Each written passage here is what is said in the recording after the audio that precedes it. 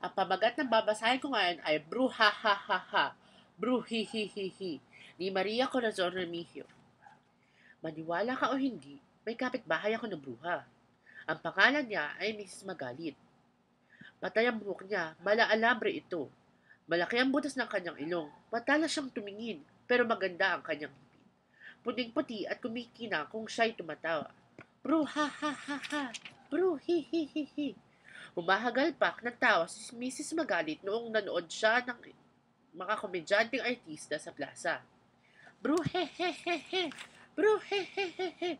Napabungis si Miss Magalit noong nagkukwentuhan sila ni Aling Mila. Kapag natutuwa si Miss Magalit sa mga bata, naiipit ang tawa niya. Bruhihihihi! Bruhihihihi! Humahagik siya habang kinukurot ang mapinto kong pisngi. Bakit ko nasabing bruha si Miss Magalit? Hindi dahil mukha siyang bruha at ibang klase siyang tumawa, kundi dahil siya ay pumapasok sa aming bahay kapag may walis sa pintuan. Sabi ni Lola, sumalangit nawa ang kaluluwa niya. Ang mga bruho't bruha ay takot sa bahay na malinis. Panangga laban sa kanila ang walis tambo sa may pinto.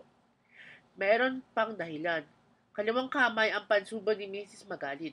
Ganon daw ang mga bruho't bruha kung kumain, sabi ni Lola. Hindi ako talagang takot kay Miss Magalit.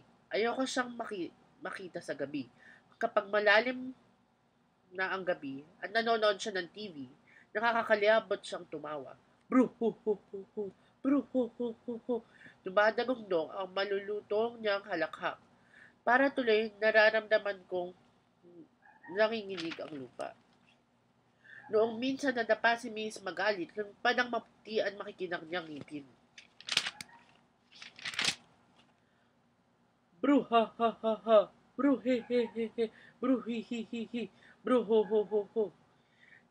Naghahagalpakan, naghihigik-higan at naghahalakhakan ang mga salbaheng taong nakakita sa kanya. Para nagmukhang bruho't bruha sila sa paningin, sa aking paningin. Bruhuhuhuhu, bruhuhuhuhu. Humihikbi si Miss Magalit habang pinupulot ang nabungi niyang postiso. Naawa ako sa kanya at inalalayan ko siya.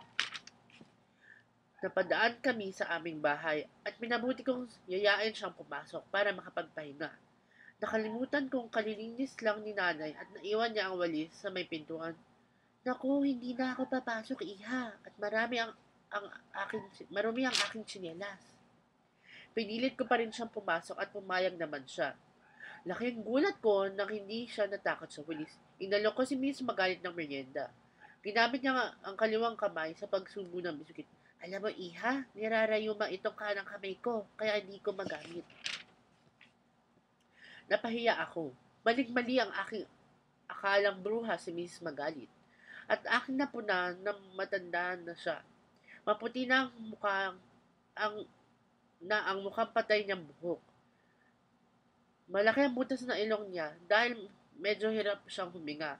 Matalas siyang tumingin dahil malabo na ang kanyang mga mata. Hay nako, iha. Mahirap talaga tumandang mag-isa. Wala na akong asawa, walang anak, at walang apong tulad mo. Ang lungkot-lungkot ni Mrs. Magalit, kaya binuksan ko ang TV para siya maaliw. Sabay kaming nanood ng komedya. Pero ha ha ha ha, ang hagalpak niya. Bro, he he he he, ang bungis-ngis ko. Bro, hi hi hi hi, hagik-hikan niya. Bro, ho ho ho ho, halakhak ko. Bro, ho ho ho ho. Ang palahaw naming dalawa nang makadaiyak na kami sa katatawa.